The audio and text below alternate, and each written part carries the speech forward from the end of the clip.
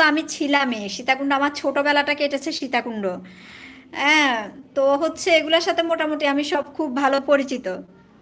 MD Mostafa, hello, কেমন আছেন আপনি? আমার শুরুতেই পপকর্ন পাঠিয়ে দিলেন। Thank you. কেমন আছেন আপনি? কোথা থেকে দেখছেন? আমার ছেলেকে আমি পড়াই, হ্যাঁ। নিজেরা পড়ালে হয় কি অনেক, আমার মনে হয় অনেক ভালো, বাচ্চাদের জন্য এটা অনেক ভালো। এখনকার টিউশনগুলো ভালো করে পড়ায় না, হ্যাঁ পড়ায় না। আর আমার ছেলে তো ইংলিশ মিডিয়ামে না, বুঝছো। সত্য কথা বলতে আমার ছেলের এখনো ওরকম টিচারের প্রয়োজন হচ্ছে না।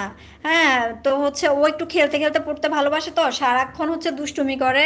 ও ও পড়ার টেবিলে 2 মিনিটও বসে থাকে না। হয় কি, পড়াচ্ছি, পড়ি তো আমি, ও পড়ে আমি পড়ি।